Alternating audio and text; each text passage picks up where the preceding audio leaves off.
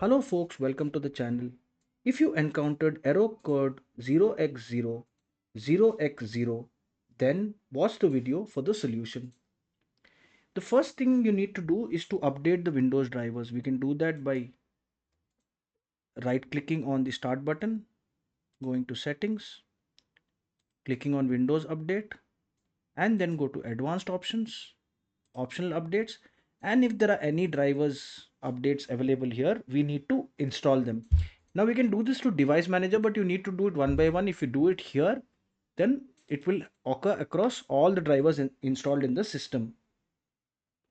Now the second thing we can do is we can run the memory diagnostic tool, and we do that by pressing the Windows and the R key, and we should type the command mdsched and press enter.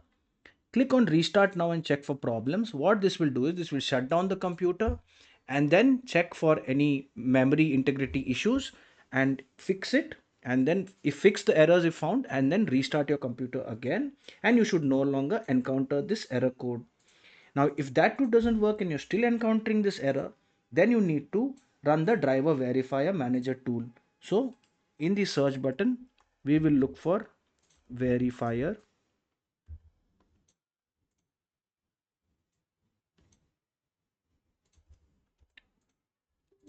and click on yes. Now we will click on create standard settings.